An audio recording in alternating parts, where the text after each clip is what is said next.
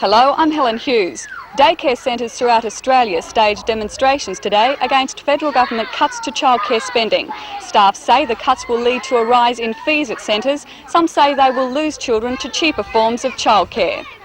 Join Ray Deneen and Anna Manzoni for all the news tonight at 6.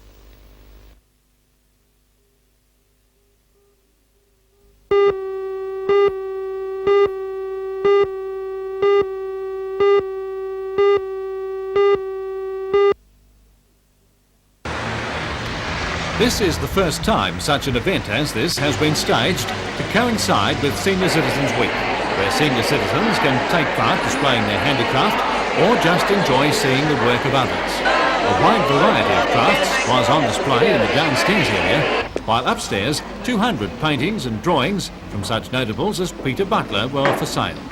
20% commission from all sales of these and their ceramics went to the Senior Citizens Fund. The organiser of the one-day event, which closes at 8 o'clock tonight, is former Newcastle Alderman Alma Tate, who headed a lineup of dignitaries on hand for the opening ceremony. And we're talking, I was very honoured actually to be asked by Alma Tate to come along today to see what you're doing and to declare officially open this arts and crafts display. Congratulations to everybody.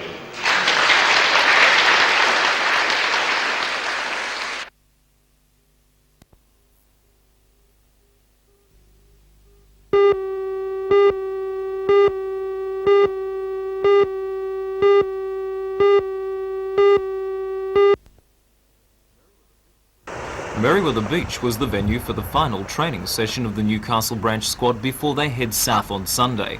In the 3 years the intercity title has been held, Newcastle has won all three.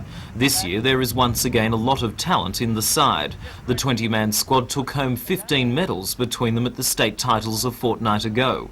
Many of the boys are competitive in several events. For example, Graham Berg from Swansea Belmont has been winning in swim, beach sprint and flag events. According to coach Greg Kelly, it's that all-round talent that makes the local branch a winner. I think our greatest strength is our all-round ability throughout the team. There's not one particular area where we're extremely strong. Everyone just seems to be able to handle all areas quite capable.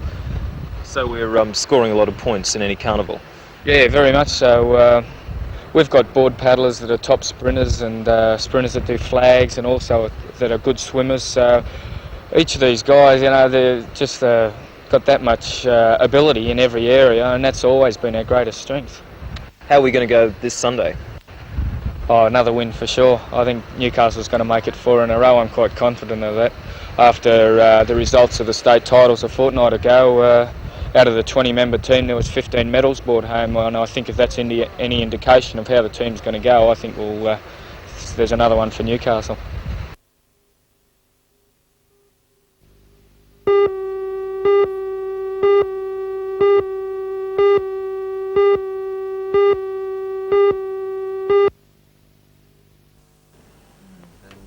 Professor Peter Singer from Monash University and Nick Tonti-Filippini, an ethicist from St Vincent's Hospital, represent two facets of medicine that are continually at loggerheads over the proposed bill to restrict embryonic experimentation. Professor Singer says the bill isn't necessary. I say that I really don't see the need for the bill at all. It seems to me that the National Health and Medical Research Council has guidelines on experimentation which have regulated experimentation quite successfully. I don't believe that there's been any abuse of experimentation in the area of the embryo. We have to remember that human embryos are lost all the time. In the natural course of events, at least half, perhaps 3/4 of fertilised human embryos are naturally lost and never turn into children, and a great number more are destroyed by the use of IUDs, which actually work by preventing embryos from implanting in the womb. I don't have the confidence in the National Health and Medical Research Council that Peter is expressing. I think that this is an issue which should be put to the Parliament, put to the elected representatives to decide. I think it is a very important issue, and I don't think anybody denies that. That it's an issue that really needs to be decided as a policy matter for our community. So I think it is vitally important that legislation be put to the Parliament and the legislation be expressed in the best possible way, which is the function of the Senate Committee. So I think it's important that all this goes through and we get a chance to examine it, to see what its effects are, and have our representatives make a decision about it. I mean, that's a democratic process. The National Health and Medical Research Council, in its function in these sorts of respects, is basically replacing the democratic functions of our society.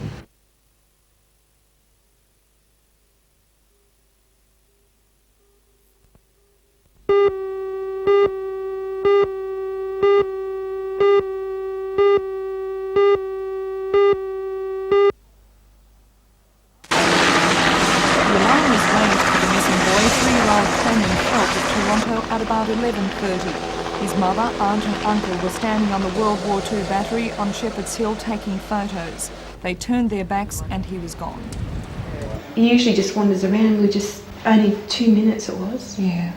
And he walked, and we come around, we couldn't find him anywhere, so we're looking everywhere for him and went straight down to the police.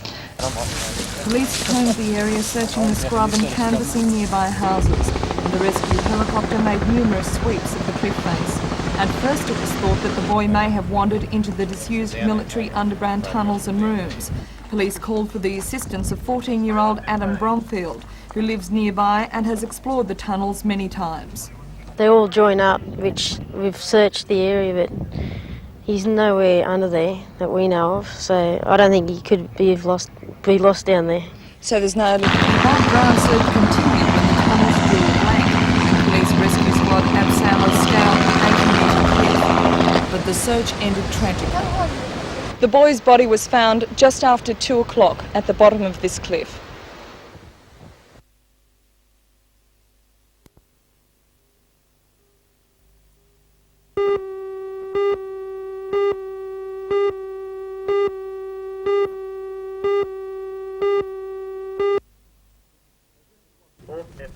As if it wasn't hot enough in Singleton today, with temperatures in excess of 30 degrees, the Army and the Air Force did their bit to make things even hotter. Today's spectacular firepower display was part of exercise El Alamein, a progressive series of military activities over several weeks at various Australian military installations. The Army calls them orchestrated demonstrations, and this one was the impressive first for the year at Singleton. First off the rank were the Air Force's Iroquois helicopters, which were involved in the Vietnam War.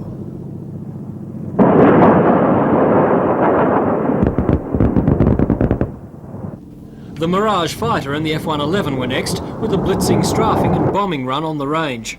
The main purpose of the exercise is to give cadets from Duntroon and New Zealand a look at real-life combat. The top brass was also there, and for those involved, it's a rare chance to take part in an exercise that is very close to the action of combat. It was an impressive spectacle, but as the artillery launched into its part of the show, the commentator informed us the bomb loads had been reduced in a bid to limit any damage and to reduce the noise complaints from local residents. The whole range was shaken by the shock waves as the artillery shells from the 105mm guns and the 155mm howitzers blasted their target areas. The firepower display will continue into the night with the infantry, the Army Aviation Division and the paratroopers doing their bit.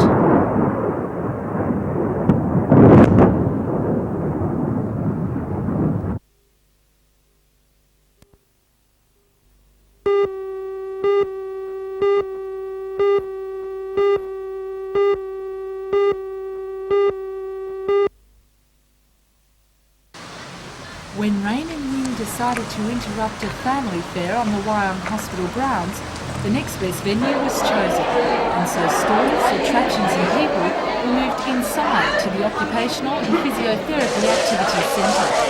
The fair was organised by the Wyong District Hospital Auxiliary, who have raised thousands of dollars over the past 21 years. It was through their efforts that the hospital's blood bank and kiosk were opened in 1984. Today, the final donation for the new hospital car park was accepted, and special guest was former Minister for Health, but now Minister for Transport, Ron Newmont. Plans for more hospital amenities will be made later this year, and today, despite the wet and crowded conditions, everyone was helping to support the cause.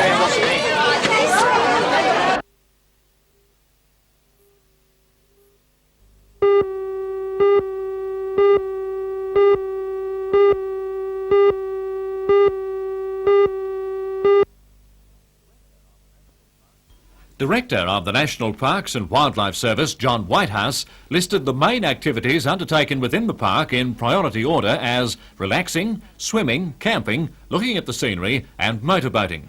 Problems in the park were seen to be the pressure on the ecology, water skiing and swimming safety.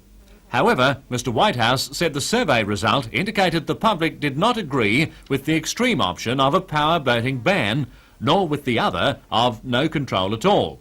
The Director said the most acceptable compromise seems to be for speed restrictions and zones for different types of boating activities.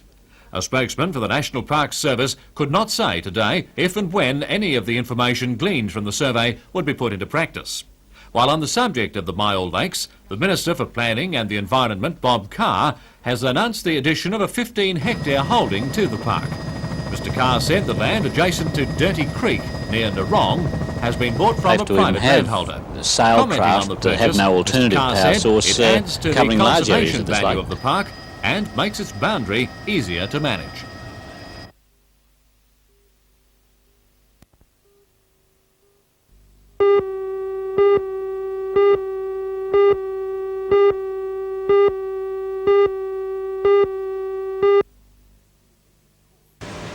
The immediate cause of the widening rift between the Catholic Church and the parents of its students is the introduction of a building fund levy for each student. The Federation says parents are angry that they have not been consulted about the need for the levy and how it will be used. Since last November, the issue has widened into one of whether there should be some consultation of parents on all major decisions. Parents see the Catholic Education Office, and in particular its Director Monsignor Coollahan, as heavy-handed and dictatorial. After repeated requests for discussion on the issue, the Federation received last week a letter from the Bishop of Maitland, Reverend Leo Clark, outlining the reasons for the levy. But according to the Federation, the letter does not address the issue of consultation. The Federation executive currently are placed in a bit of a dilemma because we're pushing for parental involvement, but we just can't get the discussion and consultation we're looking for. Is the executive happy with the one letter of communication that they've received from the church? I'd have to say no to that. I think with the building levy issue, many parents are still not very happy about the way the building levy was imposed, and nor are they very happy with the answer that's come out from the Board of Financial Administration. Once again today, both Monsignor Coollahan and Bishop Clark were not available for comment. The Federation believes that the Church's continued silence means that it has no intention of changing its mind, either about the building fund levy or consulting parents.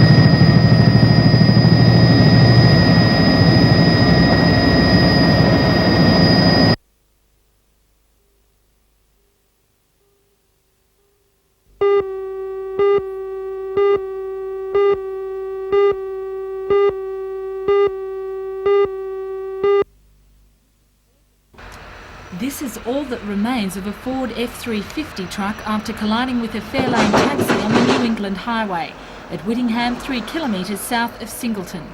The accident happened at around 8:30 this morning when police believe the taxi, driven by 21-year-old Lynn Lantry from Singleton, veered onto the wrong side of the road, travelling north towards the city. The vehicle collided head-on with the Electricity Commission truck, killing the driver, a 53-year-old Sydney man, instantly. There were no passengers involved. Rescue teams and ambulance men worked frantically to free both bodies from the twisted wreckage.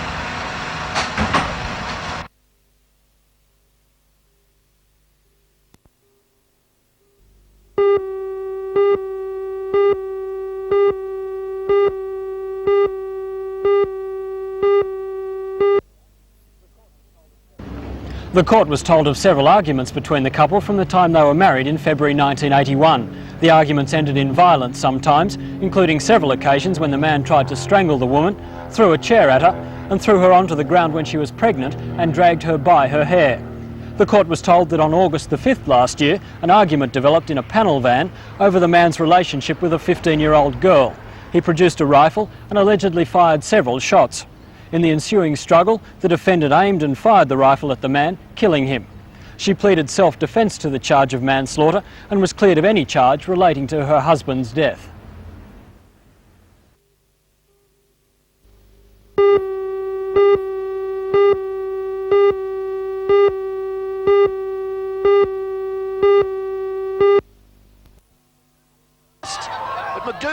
Graham, seen here scoring for Western Suburbs, had his lip badly split and an ear so badly gashed that it required the services of a specialist. His club play either Bradford Northern or Bramley in the Challenge Cup semi-final at the weekend, and Graham has vowed to take his place in the team. He will return to Newcastle toward the end of June, but his plans for the local scene are unknown. God, that was a big goal.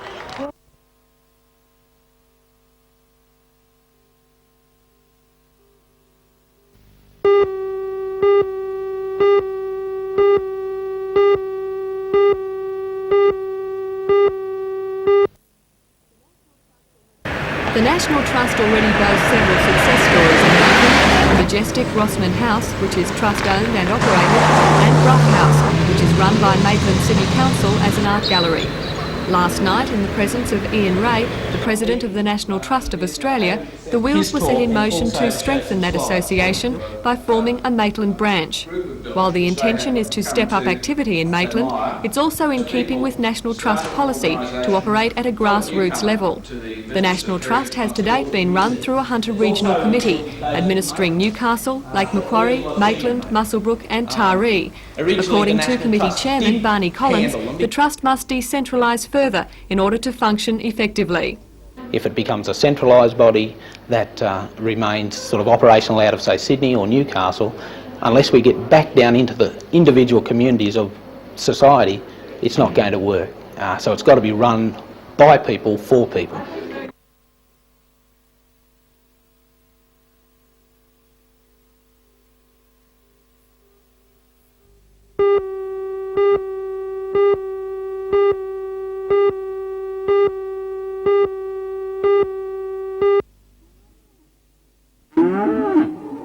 Judging of the live animals commenced this morning before a gallery of some 100 local beef producers, many of whom had stock entered in the Fat Cattle Show. 173 head were appraised, the majority showing the benefits of 2 drought-free growing years. The variety of breeds and crossbreeds penned indicated a very progressive approach by Nungold Shire beef producers, keen to increase their per beast and per hectare productivity.